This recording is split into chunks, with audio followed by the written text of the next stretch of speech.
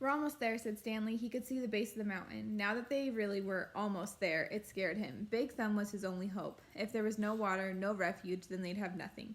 Not even hope. There was no exact place where the flat land stopped and the mountain began. The ground got steeper and steeper, and then there was no doubt that they were heading up the mountain. Stanley could no longer see Big Thumb. The slope of the mountain was in the way. It became too steep to go straight up. Instead, they zigzagged back and forth, increasing their altitude by small increments every time they changed directions. Patches of weeds dotted the mountainside. They walked from one patch to another, using the weeds as footholds. As they got higher, the weeds got thicker. Many had thorns, and they had to be careful walking through them. Stanley would have liked to stop and rest, but he was afraid they'd never get started again. As long as Zero could keep going, he could keep going too. Besides, he knew they didn't have much daylight left. As the sky darkened, bugs began appearing above the weed patches. A swarm of gnats hovered around them, attracted by their sweat. Neither Stanley nor Zero had the strength to try to swat at them. How are you doing? Stanley asked. Zero pointed thumbs up. Then he said, if a gnat lands on me, it will knock me over. Stanley gave him some words. B-U-G-S, he spelled. Zero concentrated hard, then said, boogs. Stanley laughed. A wide smile spread across Zero's sick and weary face as well. Bugs, he said. Good, said Stanley. Remember, it's a short U if there's no E at the end. Okay, here's a hard one. How about L-U-N-C-H? Suddenly, Zero made a horrible wrenching noise as he doubled over and grabbed his stomach. His frail body shook violently and he threw up, emptying his stomach of the sploosh. He leaned on his knees and took several deep breaths. Then he straightened up and continued going. The swarm of gnats stayed behind, preferring the contents of Zero's stomach to the sweat on the boys' faces. Stanley didn't give him any more words, thinking that he needed to save his strength, but about 10 or 15 minutes later, Zero said, lunge. As they climbed higher, the patches of weeds grew thicker, and they had to be careful not to get their feet tangled in thorny vines. Stanley suddenly realized something. There hadn't been any weeds on the lake. Weeds and bugs, he said. There's got to be water around somewhere. We must be getting close. A wide, clown-like smile spread across Zero's face. He flashed the thumbs-up sign, then fell. He didn't get up. Stanley bent over him. Come on, Zero, he urged. We're getting close. Come on, Hector. Weeds and bugs. Weeds and boogs. Stanley shook him. I've already ordered your hot fudge sundae, he said. They're making it right now. Zero said nothing. Stanley took hold of Zero's forearms and pulled him upright. Then he stooped down and let Zero fall over his right shoulder. He stood up, lifting Zero's worn-out body off the ground. He left the shovel and sack of jars behind as he continued up the mountain. Zero's legs dangled in front of him. Stanley couldn't see his feet, which made it difficult to walk through the tangled patches of weeds and vines. He concentrated on one step at a time, carefully raising and setting down each foot. He thought only about each step and not the impossible task that lay before him. Higher and higher he climbed. His strength came from somewhere deep inside himself and also seemed to come from the outside as well. After focusing on Big Thumb for so long, it was as if the rock had absorbed his energy and now acted like a kind of giant magnet pulling him toward it. After a while, he became aware of a foul odor. At first, he thought it came from Zero, but it seemed to be in the air, hanging heavy all around him. He also noticed that the ground wasn't as steep anymore. As the ground flattened, a huge stone precipice rose up ahead of him, just barely visible in the moonlight. It seemed to grow bigger with each step he took. It no longer resembled a thumb, and he knew he'd never be able to climb it. Around him, the smell became stronger. It was the bitter smell of despair. Even if he could somehow climb Big Thumb, he knew he wouldn't find water. How could there be water at the top of a giant rock? The weeds and bugs survived only by an occasional rainstorm like the one he had seen from camp.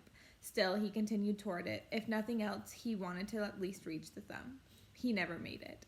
His feet slipped out from under him. Zero's head knocked against the back of his shoulder as he fell and tumbled onto a small, muddy gully.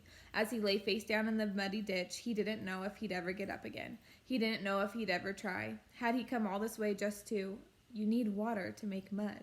He crawled along the gully in the direction that seemed the muddiest. The ground became gloppier. The mud splashed up as he slapped the ground. Using both hands, he dug a hole in the soggy soil. It was too dark to see, but he thought he could feel a tiny pool of water at the bottom of his hole. He stuck his head in the hole and lifted the dirt. He dug deeper, and as he did so, more water seemed to fill the hole. He couldn't see it, but he could feel it, first with his fingers, then with his tongue. He dug until he had made a hole that was about as deep as his arm was long. There was enough water for him to scoop out with his hands and drop on Zero's face. Zero's eyes remained closed, but his tongue poked out between his lips, searching out the droplets. Stanley dragged Zero closer to the hole. He dug, then scooped some more water and let it pour out of his hands into Zero's mouth. As he continued to widen his hole, his hand came across a smooth, round object. It was too smooth and too round to be a rock. He wiped the dirt off of it and realized it was an onion. He bit into it without peeling it. The hot, bitter juice burst into his mouth. He could feel it all the way up to his eyes, and when he swallowed, he felt its warmth move down his throat and into his stomach. He only ate half. He gave the other half to Zero. "Here, eat this." "What is it?" what Zero whispered. "A hot fudge sundae." Stanley awoke in a meadow, looking up at the giant rock tower. It was layered and streaked with different shades of red, burnt orange, brown, and tan. It must have been over 100 feet tall. Stanley lay a while just looking at it. He didn't have the strength to get up. It felt like the insides of his mouth and throat were coated with sand. And no wonder. When he rolled over, he saw the water hole. It was about 2.5 feet deep and over 3 feet wide. At the bottom lay no more than 2 inches of very brown water. His hands and fingers were sore from digging, especially under his fingernails. He scooped some dirty water into his mouth and swished it around, trying to filter it with his teeth. Zero moaned. Stanley started to say something to him, but no words came out of his mouth, and he had to try again. "How you doing?" It hurt to talk. "Not good," Zero said quietly.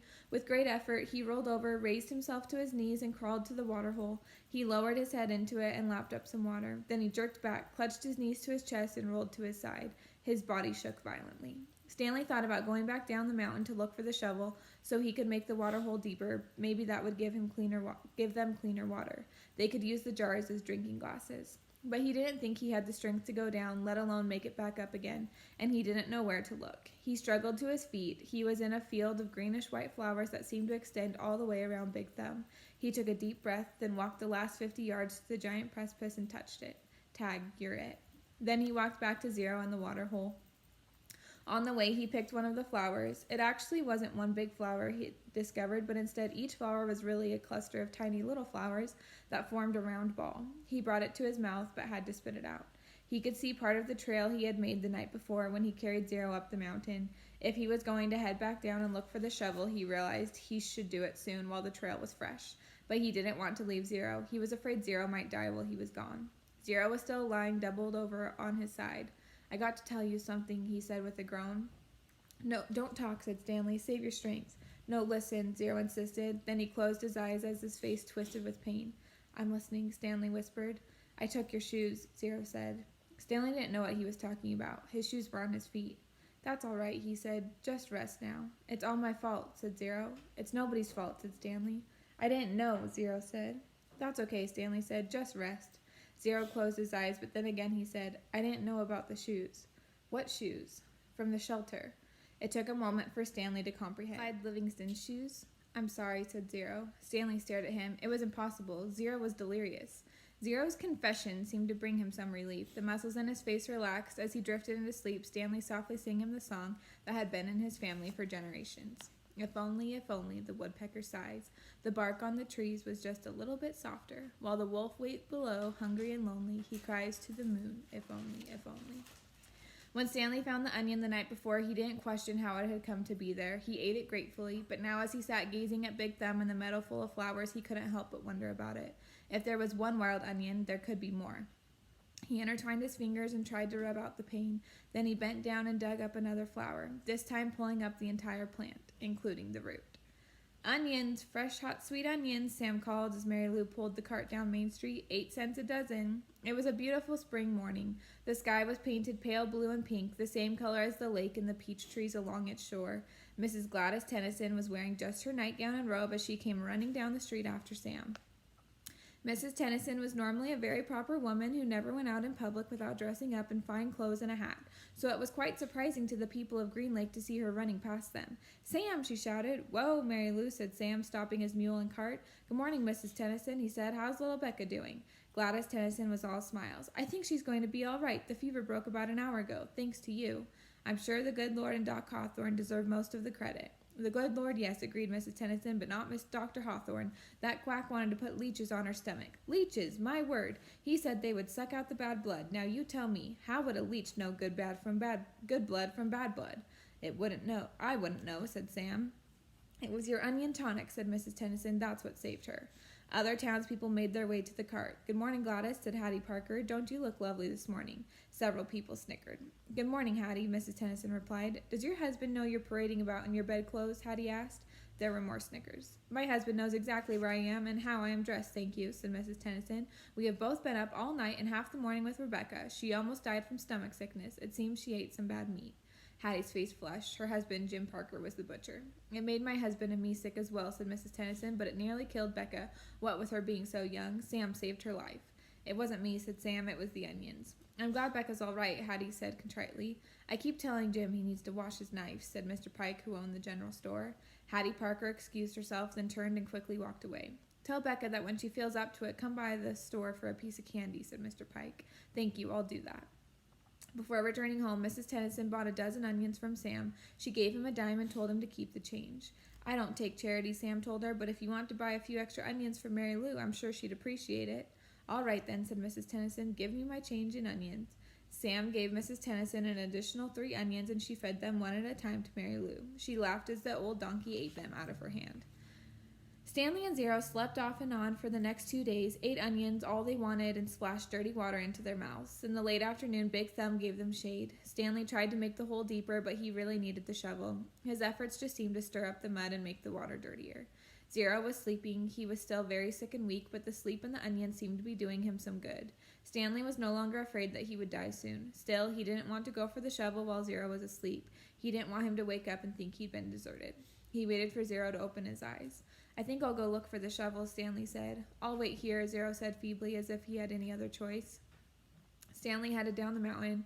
The sleep and the onions had done him a lot of good as well. He felt strong. It was fairly easy to follow the trail he had made 2 days earlier. There were a few places where he wasn't sure he was going the right way, but it just took a little bit of searching before he found the trail again. He went quite a ways down the mountain, but still didn't find the shovel. He looked back up toward the top of the mountain. He must have walked right past it, he thought. There was no way he could have carried Zero all the way up from here. Still, he headed downward just in case. He came to a bare spot between 2 large patches of weeds and sat down to rest. Now he had definitely gone too far, he decided. He was tired out from walking down the hill. It would have been impossible to have carried Zero up the hill from here, especially after walking all day with no food or water. The shovel must be buried in some weeds.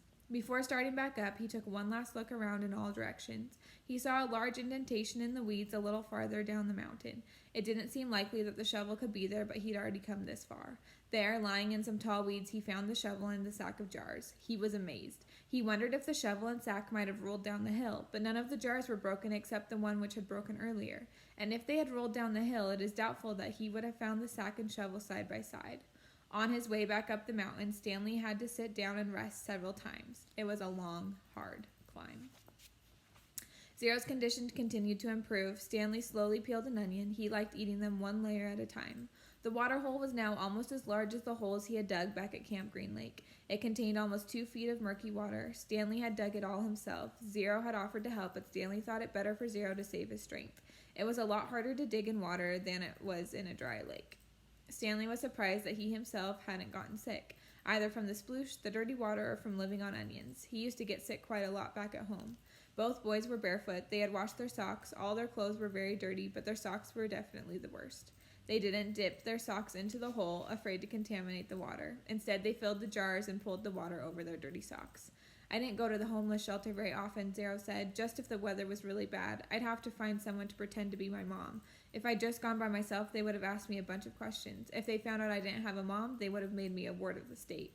"What's a ward of the state?" Zero smiled. "I don't know, but I didn't like the sound of it." Stanley remembered Mr. Pendanski telling the warden that Zero was a ward of the state. He wondered if Zero knew he'd become one. "I liked sleeping outside," said Zero. "I used to pretend I was a Cub Scout. I always wanted to be a Cub Scout. I'd see them at the park in their blue uniforms." "I was never a Cub Scout," said Stanley. "I wasn't good at social stuff like that. Kids made fun of me because I was fat." "I liked the blue uniform," said Zero. "Maybe I wouldn't have liked being a Cub Scout." Stanley shrugged one shoulder. "My mother was once a Girl Scout," said Zero. "I thought you said you didn't have a mother." "Everybody has to have a mother." "Well, yeah, I know that." "She said she once won a prize for selling the most Girl Scout cookies," said Zero. "She was real proud of that." Stanley peeled off another layer of his onion.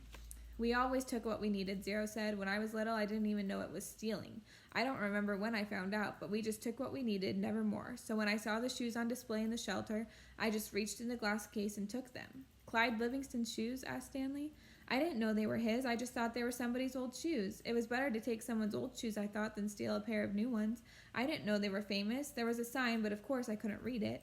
Then the next thing I know, everybody's making this big deal about how the shoes are missing. It was kind of funny in a way. The whole place is going crazy. There I was, wearing the shoes, and everyone's running around saying, "What happened to the shoes? The shoes are gone." I just walked out the door. No one noticed me. When I got outside, I ran around the corner and immediately took off the shoes. I put them on top of a parked car. I remember they smelled really bad. "Yeah, those were them," said Stanley. "Did they fit you?" "Pretty much." Stanley remembered being surprised at Clyde Livingston's small shoe size. Stanley's shoes were bigger. Clyde Livingston had small, quick feet. Stanley's feet were big and slow. "I should have just kept them," said Zero. "I'd already made it out of the shelter and everything. I ended up getting arrested the next day when I tried to walk out of a shoe store with a new pair of sneakers. If I had just kept those old smelly sneakers, then neither of us would be here right now." Zero became strong enough to help dig the hole. When he finished, it was over 6 feet deep. He filled the bottom with rocks to help separate the water from the dirt. He was still the best hole digger around. "That's the last hole I will ever dig," he declared, throwing down the shovel. Stanley smiled. He wished it were true, but he knew they had no choice but to eventually return to Camp Green Lake. They couldn't live on onions forever. They had been completely around Big Thumb. It was like a giant sundial. They followed the shade. They were able to see out in all directions. There was no place to go. The mountain was surrounded by desert. Zero stared at Big Thumb. "It must have a hole in it," he said, "filled with water." "You think?" "Where else could the water be coming from?" Zero asked. "Water doesn't run uphill." Stanley bit into an onion. It didn't burn his eyes or nose, and in fact, he no longer noticed a particularly strong taste. He remembered when he had first carried Zero up the hill how the air had smelled bitter. It was the smell of thousands of onions growing and rotting and sprouting. Now he didn't smell a thing. "How many onions do you think we've eaten?" he asked. Zero shrugged. "I don't even know how long we've been here." "I'd say about a week," said Stanley, "and we probably eat about 20 onions a day, so that's 280 onions," said Zero. Stanley smiled. "I bet we really stink."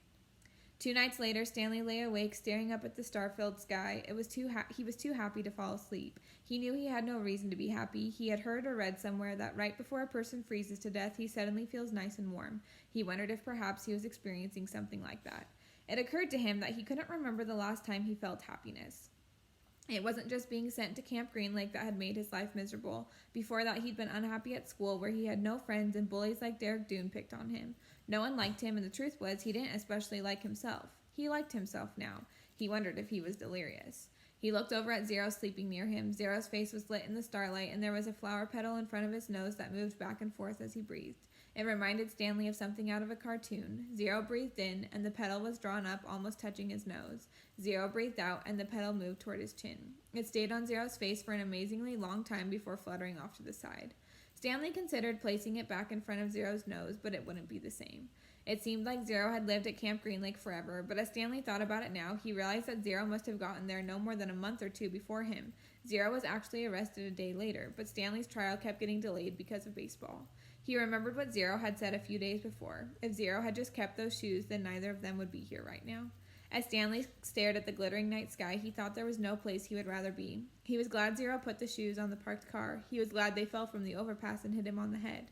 When the shoes first fell from the sky, he remembered thinking that destiny had struck him. Now he thought so again. It was more than a coincidence. It had to be destiny. Maybe they wouldn't have to return to Camp Green Lake, he thought.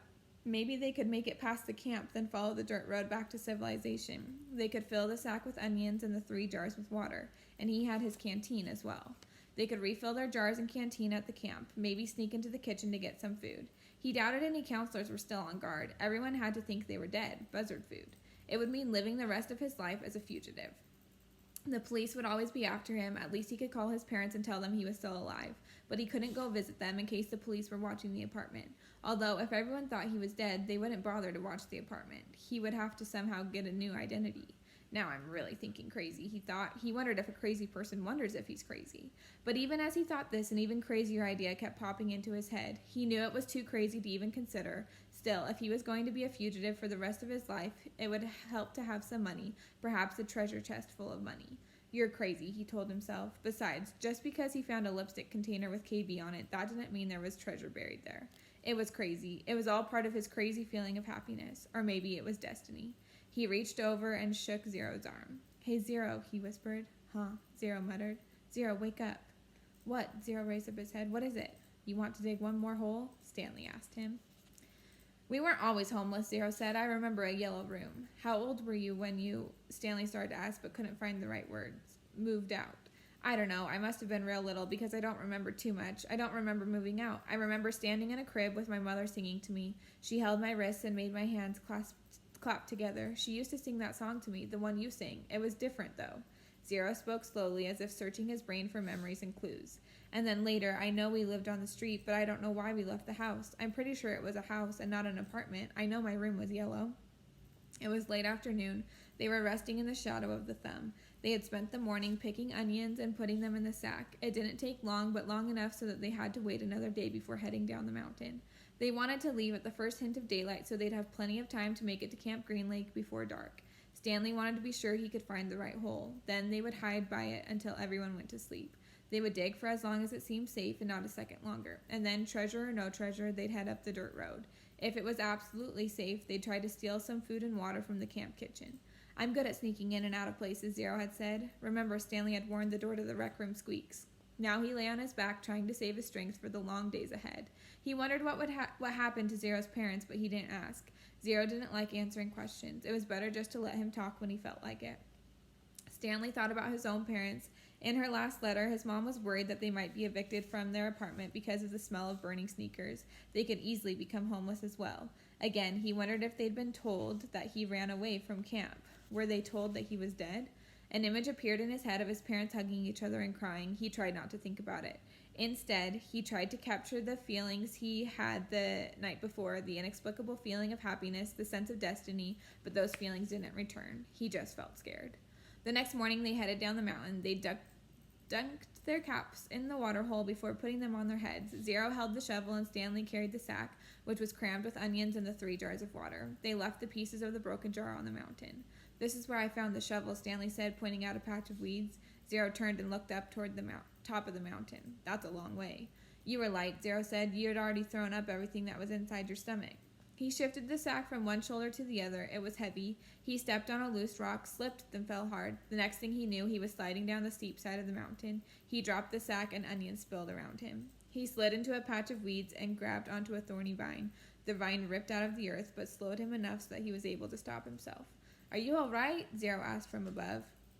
Stanley groaned as he pulled a thorn out of the palm of his hand. Yeah, he said. He was all right. He was worried more about the jars of water. Zero climbed down after him, retrieved the sack along the way. Stanley pulled some thorns out of his pant legs. The jars hadn't broken. The onions had protected them, like styrofoam packing material. Glad you didn't do that when you were carrying me, Zero said. They'd lost about a third of the onions, but recovered many of them as they continued down the mountain. When they reached the bottom, the sun was just rising above the lake. They walked directly toward it. Soon they stood on the edge of a cliff, looking down on the dry lake bed. Stanley wasn't sure, but he thought he could see the remains of the Mary Lou off in the distance. You thirsty? Stanley asked. No, said Zero. How about you? No, Stanley lied. He didn't want to be the first one to take a drink. Although they didn't mention it, it had become a kind of a challenge between him and Zero. They climbed down into the frying pan. It was a different spot from where they had climbed up. They eased themselves down from one ledge to another and let themselves slide in other places, being especially careful with the sack. Stanley could no longer see the Mary Lou, but headed in what he thought was the right direction. As the sun rose, so did the familiar haze of heat and dirt. You thirsty? Zero asked. No, said Stanley. Because you have 3 full jars of water, said Zero. I thought maybe it was getting too heavy for you. If you drink some, it will lighten your load. I'm not thirsty, said Stanley, but if you want a drink, I'll give you some. I'm not thirsty, said Zero. I was just worried about you. Stanley smiled. I'm a camel, he said. They walked for what seemed like a very long time and still never came across the Mary Lou. Stanley was pretty sure they were heading in the right direction. He remembered that when they left the boat, they were headed toward the setting sun. Now they were headed toward the rising sun. He knew the sun didn't rise and set exactly in the east and west, more southeast and southwest, but he wasn't sure how that made a difference. His throat felt as if it was coated with sandpaper. You sure you're not thirsty? He asked. Not me, said Zero. His voice was dry and raspy. When they did finally take a drink, they agreed to do it at the same time. Zero was now carrying the sack and set it down and took out the 2 jars, giving one to Stanley. They decided to save the canteen for last since it couldn't accidentally break. You know I'm not thirsty, Stanley said as he unscrewed the lid. I'm just drinking so you will. I'm just drinking so you will, said Zero. They clinked the jars together, and each watching the other poured the water into their stubborn mouths. Zero was the first to spot the Mary Lou, maybe a quarter-mile away and just a little off to the right. They headed for it. It wasn't even noon yet when they reached the boat. They sat against the shady side and rested. I don't know what happened to my mother, Zero said. She left and never came back. Stanley peeled an onion. She couldn't always take me with her, Zero said. Sometimes she had to do things by herself. Stanley had the feeling that Zero was explaining things to himself. She'd tell me to wait in a certain place for her. When I was real little, I had to wait in small areas, like on a porch step or a doorway. Now don't leave here until I get back, she'd say. I never liked it when she'd left. I had a stuffed animal, a little giraffe, and I'd hug it the whole time she was gone. When I got bigger, I was allowed to stay in bigger areas, like stay on this block or don't leave the park. But even then, I still had Jaffe. Stanley guessed that Jaffe was the name of Zero's giraffe. And then one day she didn't come back, Zero said. His voice sounded suddenly hollow. I waited for her at Laney Park. Laney Park, said Stanley. I've been there. You know the playscape, asked Zero. Yeah, I've played on it. I waited there for more than a month, said Zero. You know that tunnel that you crawl through between the slide and the swinging bridge? That's where I slept. They ate 4 onions apiece and drank about half a jar of water. Stanley stood up and looked around. Everything looked the same in all directions. When I left camp, I was heading straight toward Big Thumb, he said. I saw the boat off to the right, so that means we have to turn a little to the left. Zero was lost in thought. What? Okay, he said. They headed out. It was Stanley's turn to carry the sack. Some kids had a birthday party, Zero said. I guess it was about 2 weeks after my mother left. There was a picnic table next to the playscape and balloons were tied to it. The kids looked to be the same age as me. One girl said hi to me and asked me if I wanted to play. I wanted to, but I didn't. I knew I didn't belong at the party, even though it wasn't their playscape. There was this one mother who kept staring at me like I was some kind of monster. Then later, a boy asked me if I wanted a piece of cake, but then that same mother told me, go away, and she told all the kids to stay away from me, so I never got the piece of cake. I ran away so fast, I forgot Jaffe. Did you ever find him? For a moment, Zero didn't answer. Then he said, he wasn't real. Stanley thought again about his own parents, how awful it would be for them to never know he was dead or alive. He realized that was how Zero must have felt, not knowing what happened to his own mother. He wondered why Zero never mentioned his father. Hold on, Zero said, stopping abruptly. We're going the wrong way. No, this is right, said Stanley. You were heading toward Big Thumb when you saw the boat off to your right, said Zero. That means we should have turned right when we left the boat. You sure? Zero drew a diagram in the dirt. Stanley still wasn't sure. We need to go this way, Zero said, first drawing a line on the map and then heading that way himself. Stanley followed. It didn't feel right to him, but Zero seemed sure. Sometime in the middle of the afternoon, a cloud drifted across the sky and blocked out the sun. It was a welcome relief. Once again, Stanley felt that destiny was on his side. Zero stopped and held out his arm to stop Stanley, too. Listen, Zero whispered. Stanley didn't hear anything. They continued walking very quietly, and Stanley began to make out the faint sounds of Camp Green Lake. They were still too far away to see the camp, but he could hear a blend of indistinct voices. As they got closer, he occasionally could hear Mr. Sir's distinctive bark. They walked slowly and quietly, aware that sounds travel in both directions. They approached a cluster of holes. Let's wait here until they go in, said Zero. Stanley nodded. He checked to make sure there was nothing living in it, then climbed down into a hole. Zero climbed into the one next to him. Despite having gone the wrong way for a while, it hadn't taken them nearly as long as Stanley had expected. Now, they just had to wait. The sun cut through the cloud, and Stanley felt its rays beating down on him, but soon more clouds filled the sky, shading Stanley in his hole. He waited until he was certain the last of the campers had finished for the day. Then he waited a little longer. As quietly as possible, he and Zero climbed up out of their holes and crept toward camp. Stanley held the sack in front of him, cradled in his arms, instead of over his shoulder, to keep the jars from clinking against each other. A wave of terror rushed over him when he saw the compound, the tents, the rec room, the warden's cabin under the 2 oak trees. The fear made him dizzy. He took a breath, summoned his courage, and continued. That's the one, he whispered, pointing out the hole where he had found the gold tube. It was still about 50 yards away, but Stanley was pretty sure it was the right hole. There was no need to risk going any closer. They climbed down into adjacent holes and waited for the camp to fall asleep.